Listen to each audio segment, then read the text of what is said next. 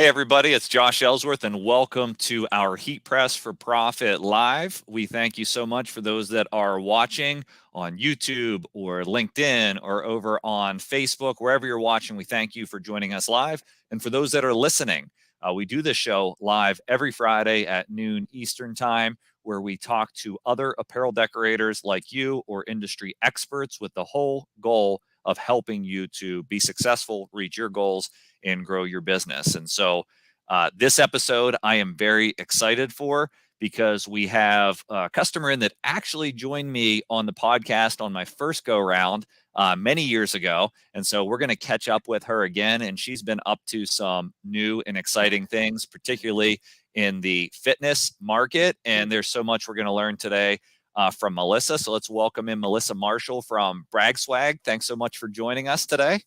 Hey everyone. Hey Josh. Thank you for having me. I'm excited to be here. Yeah.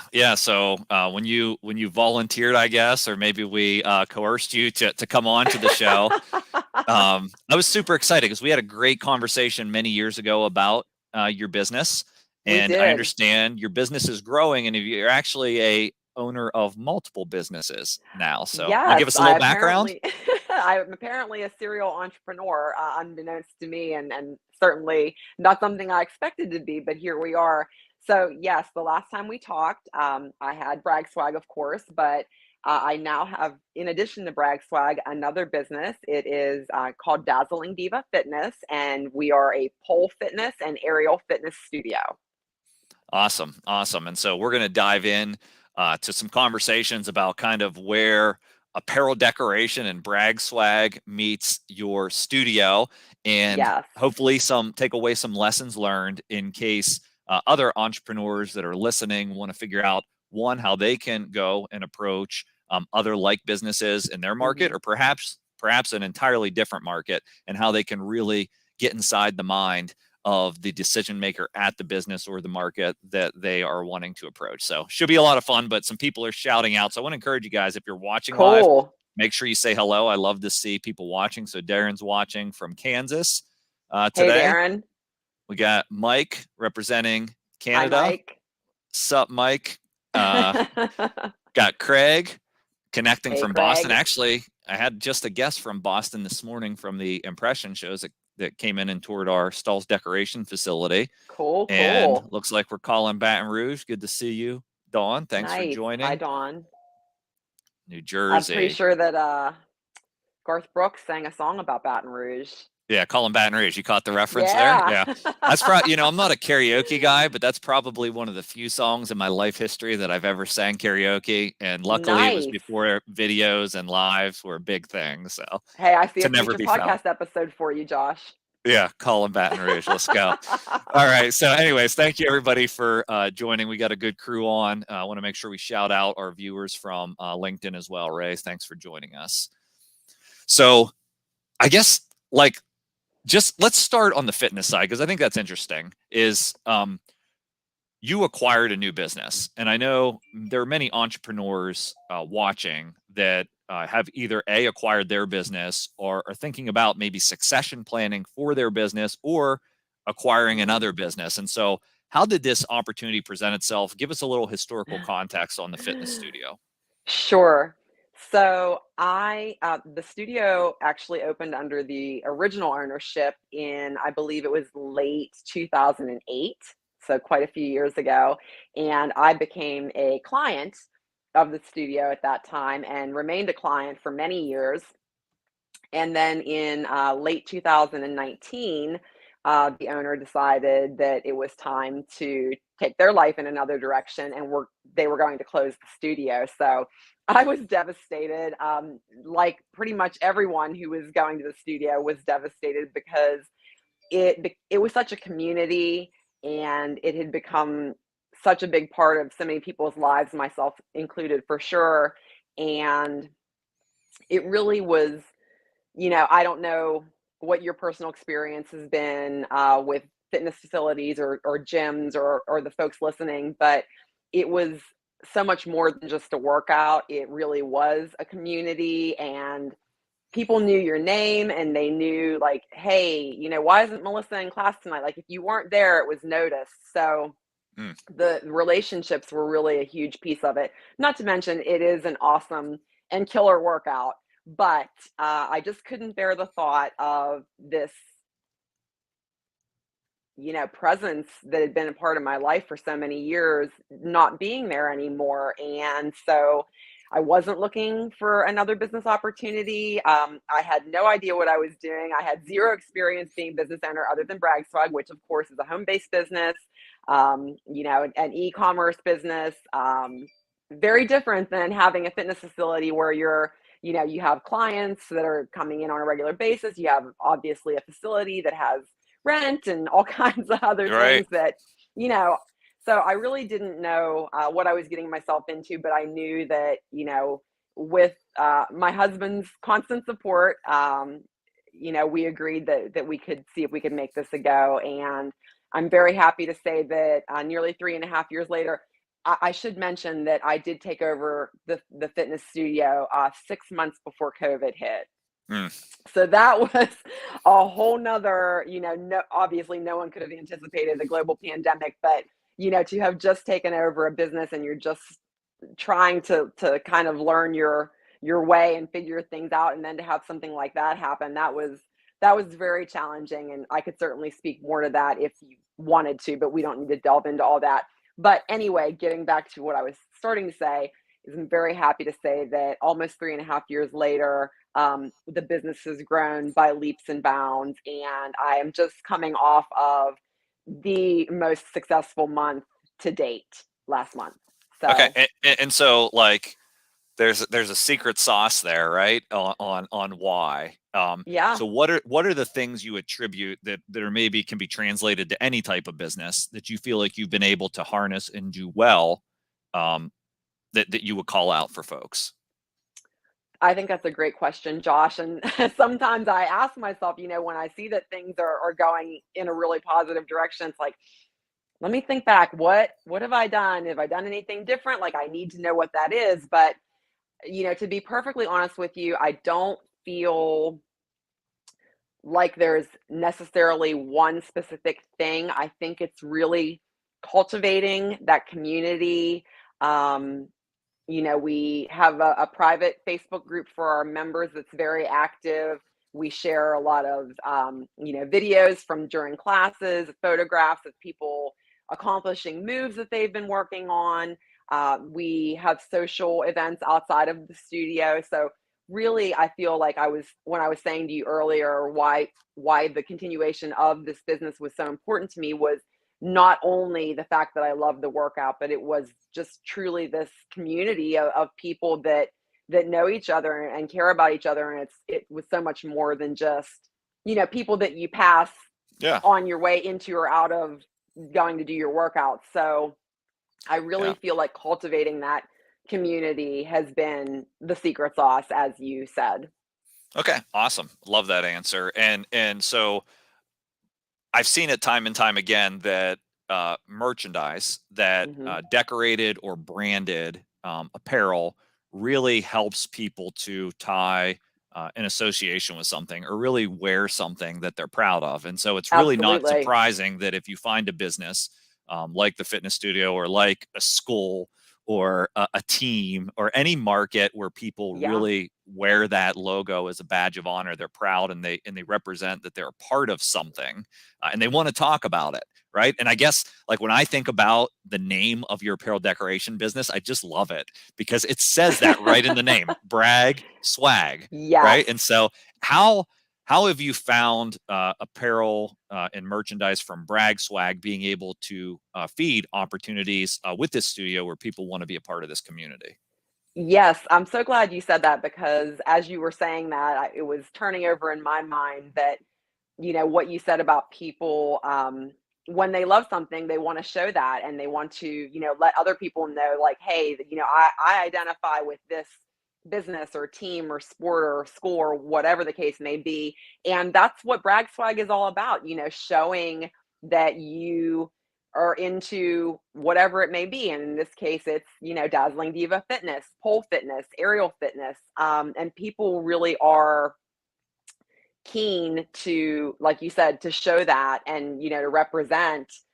when they're out about in their daily lives, as well as to wear it while they're in the studio doing their workouts. So, it was just kind of a coincidental but very natural kind of going hand in hand between, hey, I have this business that makes swag, and now I have a business that needs swag. So it was just very fluid how that happened. And so the way I operate it is going into having the fitness studio, there was an existing logo. And they had rebranded not terribly long before I took over. So I didn't feel any urgency or need really to change this logo. I feel that it's a nice, clean logo. It very clearly identifies what the business is.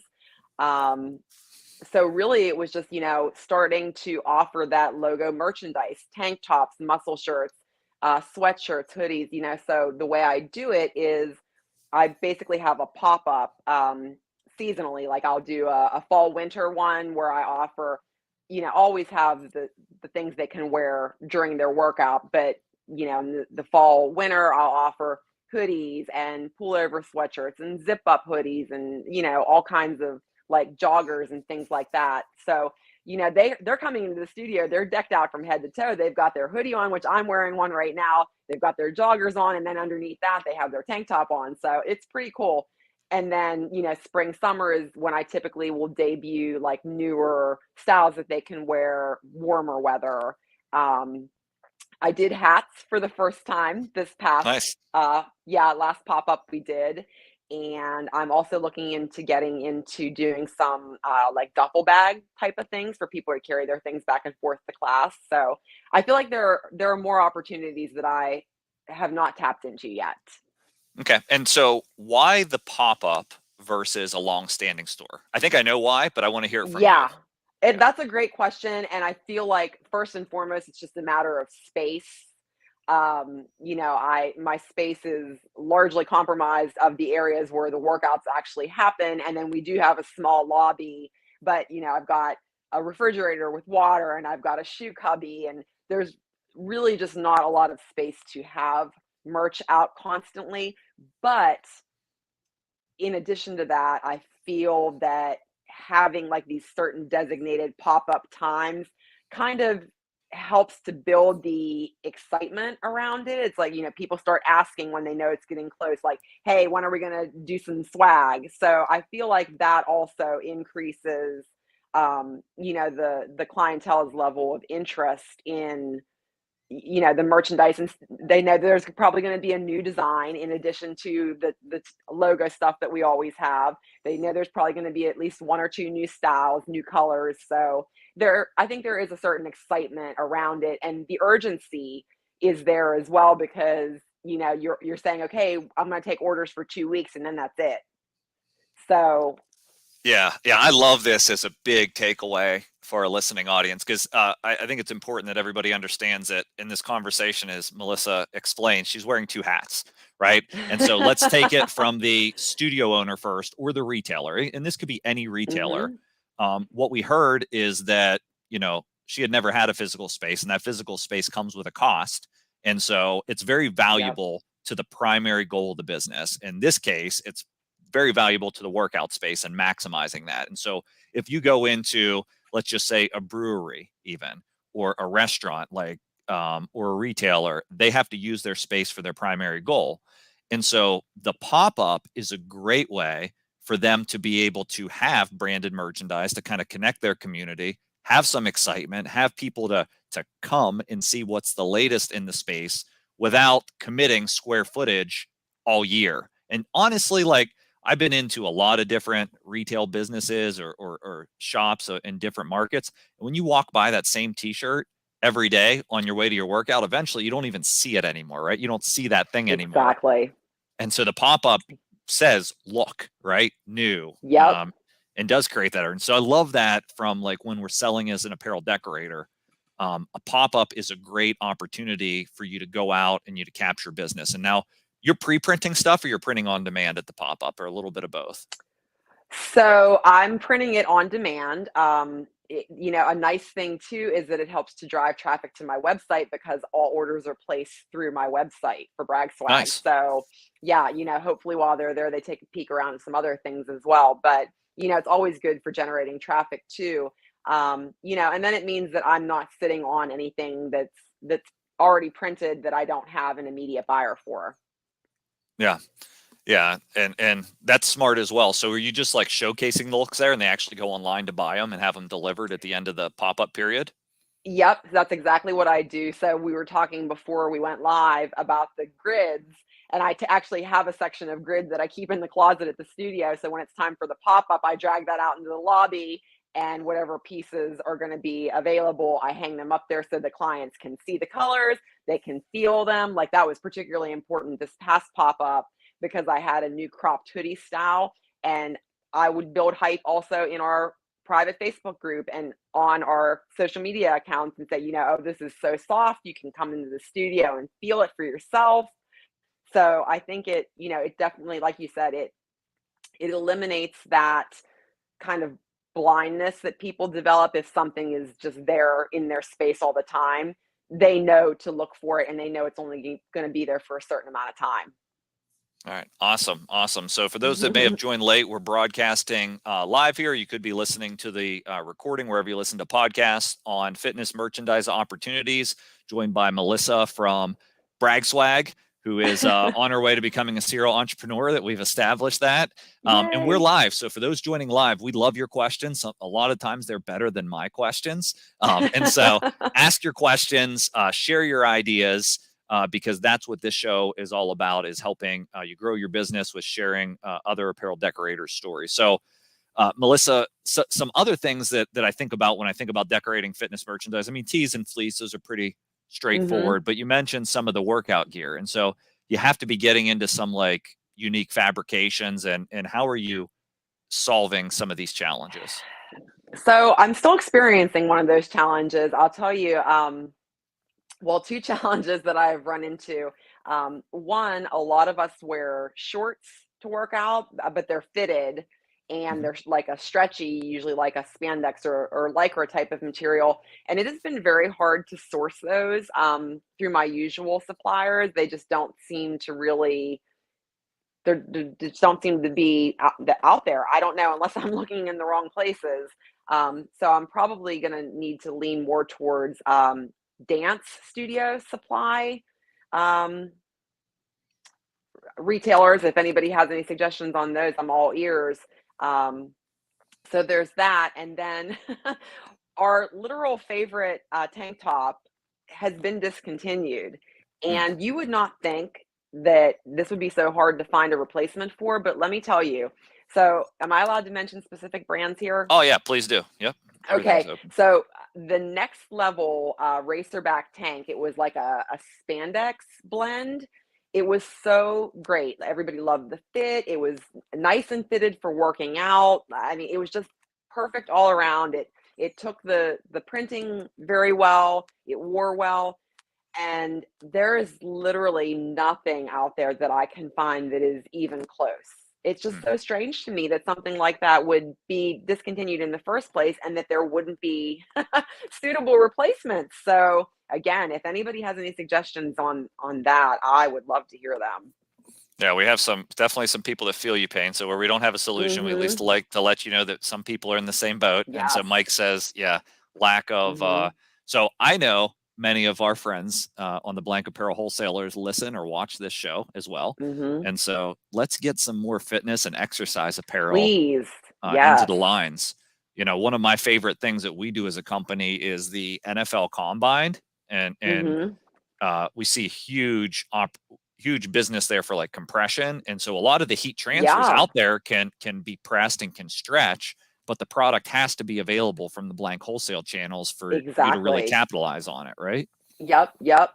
So that's been, I'll tell you, I was I was purchasing for a custom client for Brag Swag recently, and it seemed like one of my suppliers had like the very end of that particular tank top, like what was left in their inventory. So I scooped them up because I was like, well, this may be the last ones I ever get. So I'm just going to get whatever they have. Yeah, yeah, supply and demand, right? Marcos things Yeah, up. So we do yeah. have a question coming in for you or me, but I'll let you take first crack at it. So any tips for pressing Mm. on 100% poly? Are you doing some 100% polyester items with decoration? No, there's zero demand for that at my studio because the type of equipment we use, we don't really want any slick materials. Okay. That being said, on the side of my business that is not tied into my fitness studio, like typically when we go to say something like the Pittsburgh Marathon, we will offer 100% polyester because there seems to be two schools in running: people who want polyester and people who don't. So we offer both. I guess I would have a question back, and more specifically, what is the problem that they're Yeah. having? Well, I know generally with polyester, first thing you want to think about is adhesion. And I would say 99% Scorching. of the products on the market will actually adhere. But then you're right, scorching Mm, becomes a concern because some products, while they will adhere, they press at 365 degrees right. and it damages That's a the problem. fabric. Right. And so I would recommend people look at the products that are out there in heat transfers, something that presses at 300 degrees or less. And there Mhm. are Yep. many choices that fit that category. And then really, are you expecting any performance out of your polyester? Do you need it to stretch? Right. And then that's going to Right. further reduce your choices down. But I love, like on the NFL combine stuff, we're using Ultra Color Max, which is Nice. the direct to film transfer. It's a great solution. Elastiprints is another one we've seen a lot in the sports market on poly, which is a screen printed Cool. transfer. So yeah, and then really the specific issue here from watch silly plants watching on YouTube is the creasing or the scorching. Mm. Mhm. I just published a video. If you're watching on YouTube, you probably are on our Stahls TV YouTube channel by chance. If you go back just a couple weeks ago, I have a video on how to eliminate or reduce scorching. It's like a 5-minute watch. So I would point you Ooh, towards that. Maybe somebody can that's share it in the super links as valuable, well. Josh. Yeah, Yeah. that's super valuable. All right. So startup tip. I love this. So Mhm. totally new to the business. Thanks for watching. Already have everything. How do I start capturing Wow. clients? Any tips? Any website to visit. So I know you're already committed, but I would start figuring out the clients before you invest in the equipment. But since you already Mhm. have the equipment, like how do we go and find our first customer? Do you have any tips? Ooh, man. If you let me put it more specific, you're selling to your fitness studio today, which obviously you're connected to both. If you Yeah, were to go out and try to sell to another new client fitness studio in another county or area, how would you start that conversation? No, wearing your business owner hat, what would be that's a valuable? great question, Josh. I think I would definitely go in with some product samples. I think people want to see not only the quality of the products you're offering, but the quality of your work. So, if for example, if you are, let's say, thinking about approaching fitness studios as clients in your area, I would make up some samples of some nice quality um, styles. Honestly, you might want to. I'd be curious to hear your take on this too, Josh. I'm the type that's going to probably lead with the nicest, but if you're worried about getting pricing objections, maybe you take two options, like a better and a best. Yeah, I like good, better, best. I firmly believe Hmm. in no more than three options, but even For better if you can sure. be so specific and get to two because you just eliminate Yeah, choice and that helps you get to a yes quicker. absolutely. Um, I, and then I I would find even, I'm sorry, good. go ahead. No, you go ahead. Hey, you're the guest. I'm going to let you go. Oh, Share it. I'm here I'm every sorry. I was week. just going to say, and I think you will echo this, and you've pretty much already said as much.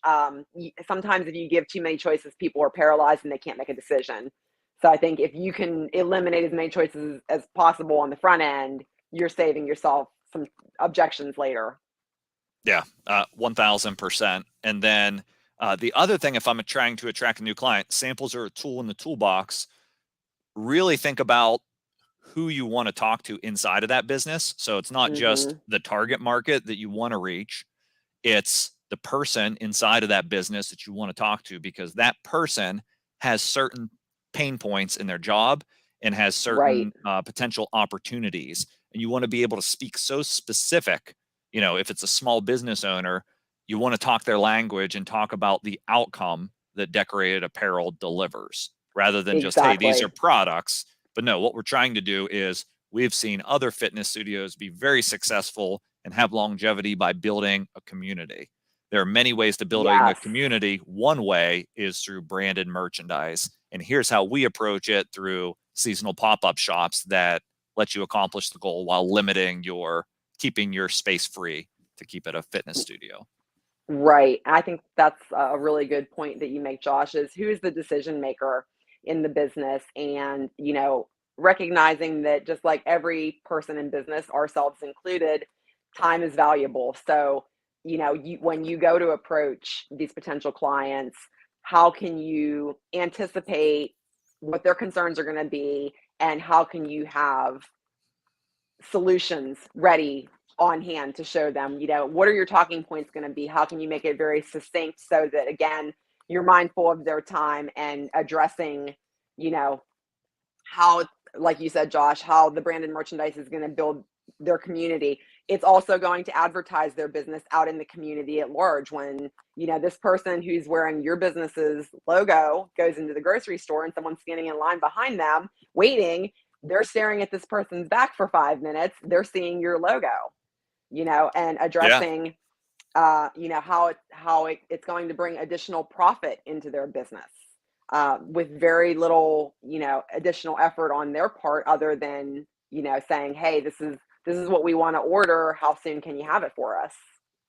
Awesome. So let me recap this really tightly for the question. I think it's Katia or Katia that asked it. So she's totally new, has what she needs to start capturing clients. Any tips? So the succinct tips are: first, identify the target market that you are most equipped to reach. Like Milissa, if you can make it something that you know and you're passionate about, even better. So find that target market and go deep into that target market, not wide across many types of customers. And then within that target market, find the person and their job role that you want to speak with, their pains, their gains, create an offer, and then go out and try that offer on 10 clients, right? Have it buttoned up, good, better, best, or better, best. Have the Mm-hmm. decorated samples, have the pricing ready to go, and try to win those first 10 clients and collect feedback, because it is not going to be perfect and you are going to have to refine it, but you have to Yep. try it. Otherwise, you just keep paying the bills and not bringing any money, right? That's so true. I think you just encapsulated that all so perfectly, Josh. I mean, and that's, regardless of what stage you are in your business, I think that's advice we can all use. You're constantly refining. If you ever think you've stopped learning, then maybe it's time to get out of business, to be honest.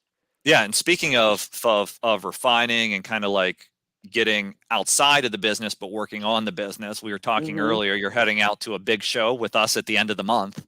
Can't Out wait. at Yeah, so yeah, excited. out at Impressions Atlantic City. So for those who may not be familiar with the trade show circuit, these conventions are apparel decoration specific.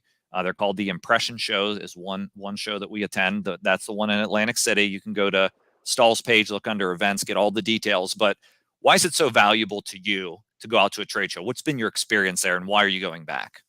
Oh my goodness. It's just, I feel like if you're like me, it's easy to get stuck in your basement, working by yourself, and, forgetting that there are other people out there who are doing the same thing as you. And it's so good and valuable and important to talk to other people who are experiencing the same struggles, challenges, successes that you are, to learn from each other, to learn from industry experts, to see those suppliers, what new products they're bringing to the market.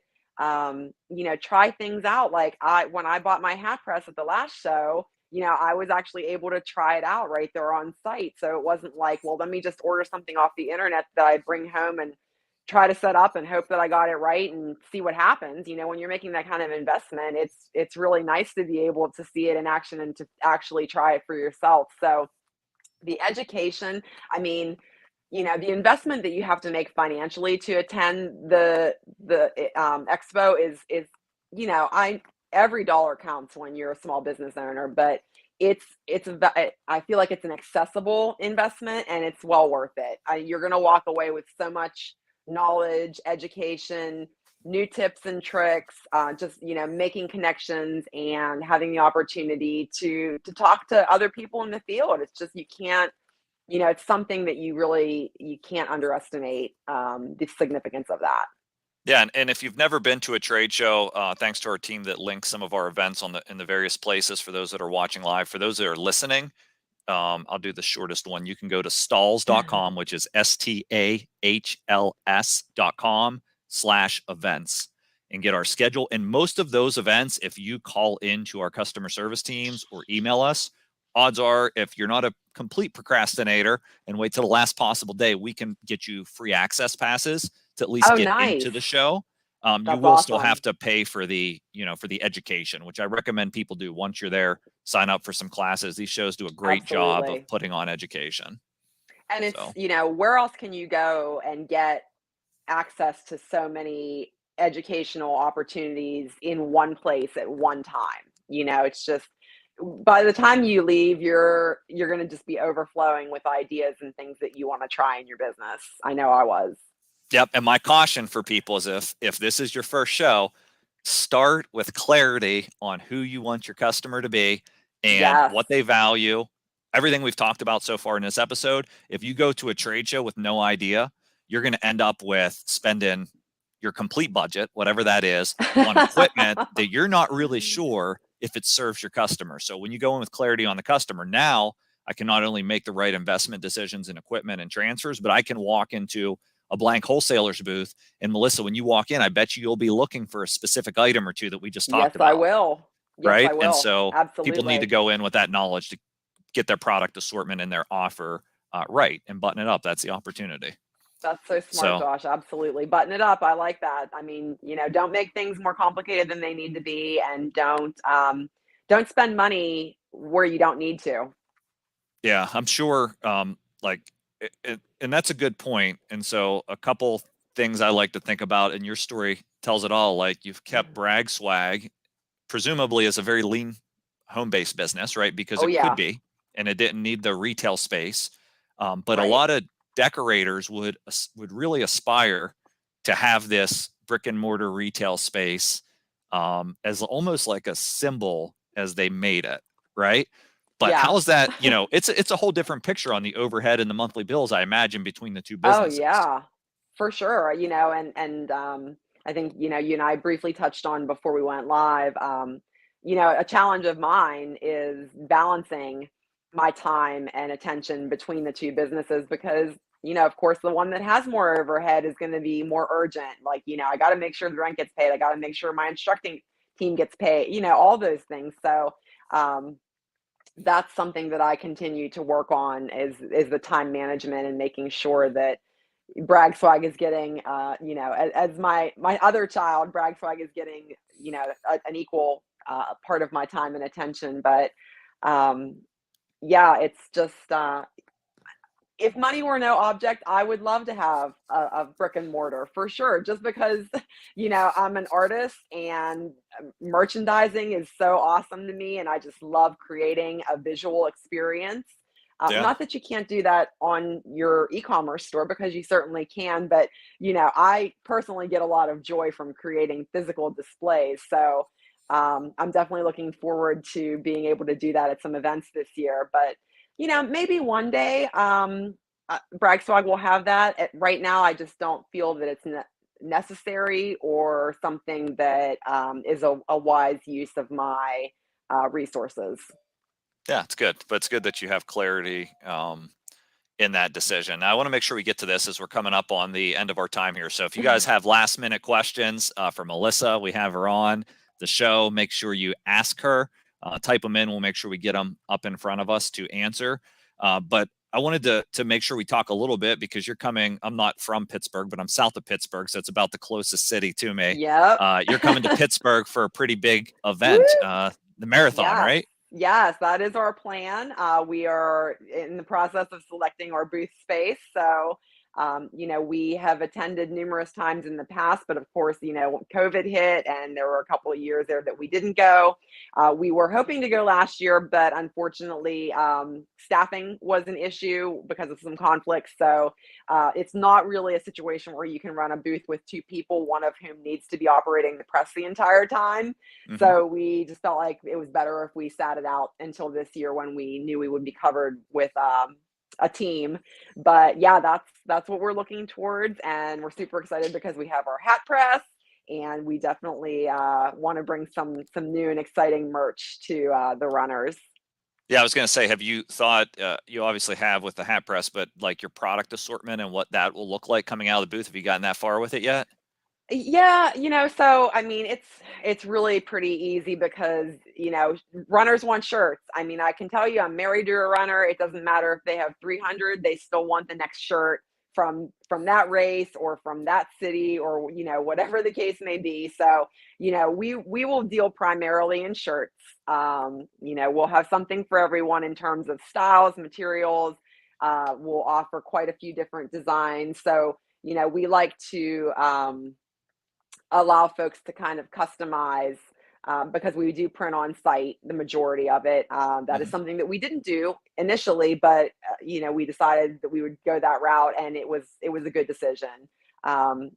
Folks can see the different styles and materials that are available, see the different designs, and say, okay, I want that design on that shirt, make it happen. So I feel like that's just another, for folks listening, that might be something. Can you offer that to your clients if you do events and you're printing on site? Can you let them have a little more say in the combination of, design and style, or, basically how can you make it as attractive to them as possible? Yeah, I really like that because you have made that into a customer benefit, which I trust that it is. But Yes, it's also a very big benefit to you as a business owner with keeping your inventory very flexible, right? you And not said it. pre-committing. Yes, So yes. Yeah, it's because good. that's a lesson we learned in the past. You're going in and you don't, well, we don't want to be in a situation where we don't have enough, but then you end up with too many and you're bringing all this stuff back home, and you gotta try to sell to the audience that's in front of you while you're there interfacing with them. So Awesome. We have a question coming in. I'm not sure if you'll okay, know this, but I do. Have you ever looked at the A to Z heat press at all? Probably not. You I have have a not. Hotronics, correct? Yes. Okay. So I'll take this one. So Crystal asks, is the A to Z a good heat press? So the A to Z is a brand name of a heat press machine sold by Stahls and Transfer Express.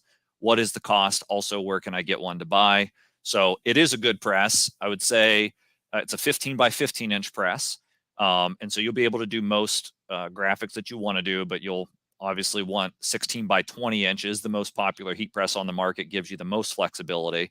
But if your budget's $1,000 or less, it's a great machine that's supported and sold by Stahls companies. It's a swing away. And I'd probably venture to Nice. say, other than an air press, it's one of the easiest presses to lock down on the market that's out there. So if you budget were no issue, and you wanted like the best manual press, I'd recommend a Hotronics Autoclam or a Hotronics Fusion. You Yeah. probably have one of them, right?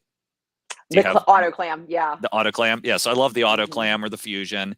But if you're on a little tighter budget and need to get to revenue and payoff on something portable, the A to Z is a really nice machine. Actually, I just looked at one, and that was one of our top selling units during COVID because so many people were starting t-shirt businesses from home, and the A to Z help people to do that at a great scale. So it's accurate. I don't want to say it's a starter machine and that it won't produce quality results, but it is not as feature rich or as large as the premium and Hotronics machines once you get really the business going and established. Good to know. And if your business grows down the road, then it's not a bad thing to have two presses. There will be instances where you have a large order and you need to have two presses going so you can turn it around. So Well, that really if it's just surprised me when we launched that press. We had some of our largest customers buying that press, and I'm like, why? really, Like these people own like 6 Hotronics machines. Why are they buying an A to wow. Z? And what the sales folks told me is they needed something small and portable, that somebody Mm-hmm. would, like most people, most average build people, male or female, would be able to lift and take out and place on a table at an event, That's right? great to know, actually. So made it a lot easier. So we're rounding out our time together for this episode. Milissa, I want to thank you so much for joining us. We shared a Thank ton you, of Josh. valuable tips in this episode, and who knows, I'm sure we'll have you on again sometime soon. I hope so. I will look forward to seeing you in a couple of weeks. Thank you so much for having me today, Josh. I can't believe the time's up already. That was so much fun. It just flew by. It goes fast when you're having fun. Thanks so much. We'll talk Yes, again it does. soon. All right. Thank you. For our viewing audience, thanks so much for watching today. If you are listening to this after the fact, make sure you head over and join our Heat Press for Profit Facebook community, or follow us on our Transfer Express or Stahls All Things Heat Printing Facebook pages, even on YouTube on Stahls TV, or on LinkedIn on Stahls. We are not hard to find, and you can join us live on this broadcast. Sometimes there's a visual element that you can see on the video as we broadcast, or just ask your questions live. That's worth it alone. We've taken a lot of questions today, hopefully shared some advice in the process. Make sure you join us next week for another episode of Heat Press for Profit. Until then, have a great weekend. Thanks so much.